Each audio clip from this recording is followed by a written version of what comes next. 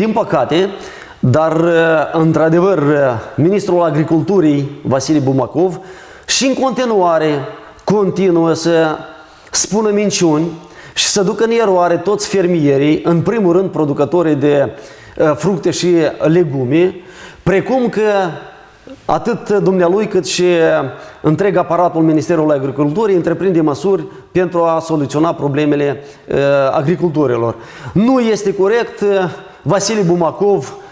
unicul lucru pe care a putut să-l facă împreună cu șeful său și de partid inclusiv, Iurie Leancă, a fost doar să coacă o plăcintă de mere și să împartă mere prin cadrul companiei Air Moldova. În afară de aceste lucruri, Vasile Bumacov nu a făcut nimic, pentru că nu are de unde să facă, nu știe cum să facă și nu are cu cine să facă.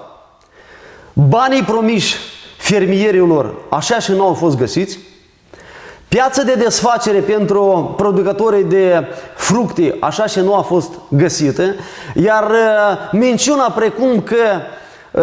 exportul de mere în Federația Rusă va fi soluționat timp de o lună, de asemenea constituie o minciună. Vasile Bumacov a încercat doar să ducă repetat în eroare fermierii, a întreprins o vizită de lucru la Moscova și evident trebuie cumva să-și argumenteze aceste cheltuieli pe care le-a avut în această deplasare. Și a venit cu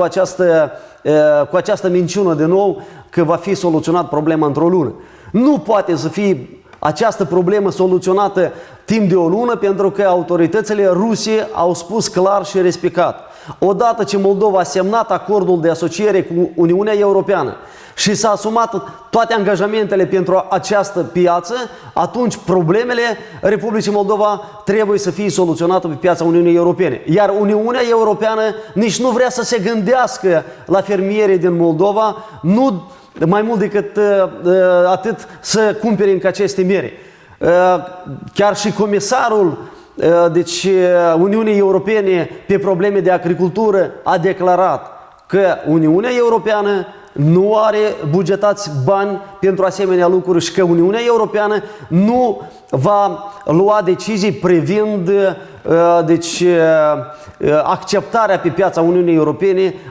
a merilor din Republica Moldova. Prin urmare, evident că Vasile Bumacov înțelege destul de bine că am intrat în campanie electorală, că la data de 30 noiembrie vor fi alegeri parlamentare și că până la această dată majoritatea cetățenilor Republicii Moldova ar putea să se răscoale din cauza politicii antisociale a guvernării, din cauza tuturor problemelor pe care le are fermierii și că dacă fermierii au acceptat odată să fie mințiți, vă asigur că o a doua oară fermierii nu vor accepta să fie mințiți și deja fermierii